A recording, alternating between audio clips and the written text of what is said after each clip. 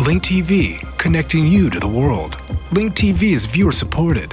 Watch more at linktv.org.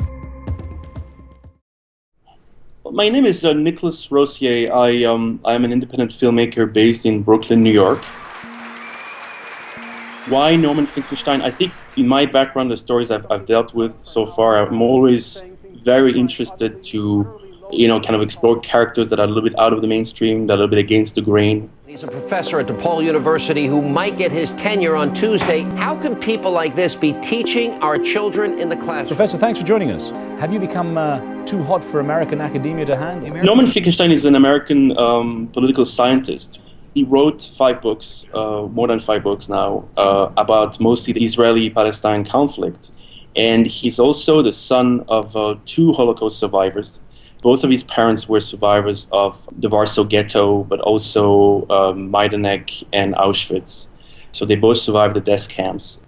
So Norman Finkelstein very early on started being interested in the Israeli-Palestine conflict because of his mother. I mean, his mother was, from a young age, was actually very, very against war. I now am strictly a pacifist, and I believe that if you kill, you don't achieve. And you see this through the film, how his mother basically always is in the background of what he does, and how her trauma affected him, and also in a traumatic way, basically.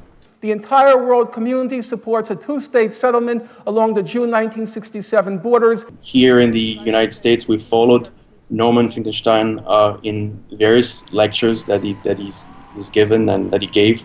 He made his entire career is based on trivializing the Holocaust. Let Norman speak! Let Norman speak!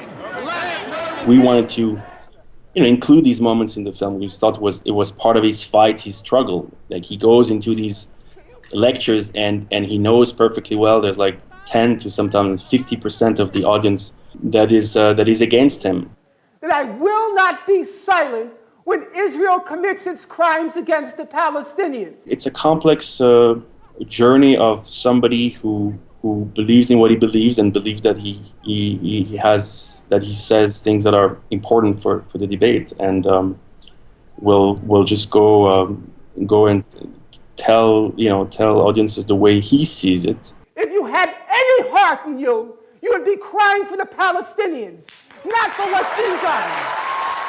He's not a teacher, he's a propagandist, he's not a scholar, he simply writes screeds. When the kind of the mainstream community around you is kind of always kind of going against you, builds you up, it makes you tougher, but on the other hand, it also makes you less, compromising.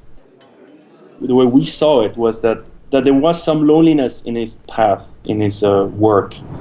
Believe me, sometimes I wonder whether it's worth it.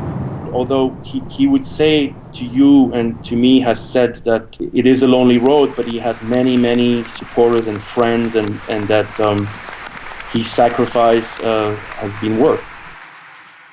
We opened the film in Israel on a main cable channel. That was actually our international broadcast premiere. He hasn't seen the film, so I think that he's heard it was honest, and that we showed him in an honest way, and we were critical as well. And actually, many Palestinian activists they told us that we were too critical. So our film has not actually got such a huge traction in the Middle East or with Arab TVs or so on, because I think that we are probably seen as too critical. It's a burning issue, the Israeli-Palestinian conflict, and I think people realize that the film is not really about the Israeli-Palestinian conflict. It's really about the struggle of a man who's lived with the trauma of the Holocaust and who's trying to present his voice. But I think it's really about a man's struggle to be free and just express things the way he sees it. I think that's the most important thing, that when we finished the film, we thought that we accomplished that. We were able to communicate to not just activists for Palestine, but also people who don't have a specific relationship to the conflict, who just love the story of this guy who tried to deal with his parents' trauma in the way he does, basically. Whether that's the right way or not, that's a question that remains for people who watch the film. Link TV is the only U.S. network dedicated to global and national news, uncompromising documentaries, and diverse cultural programs. Programs which connect you to the world. To learn more, visit linktv.org.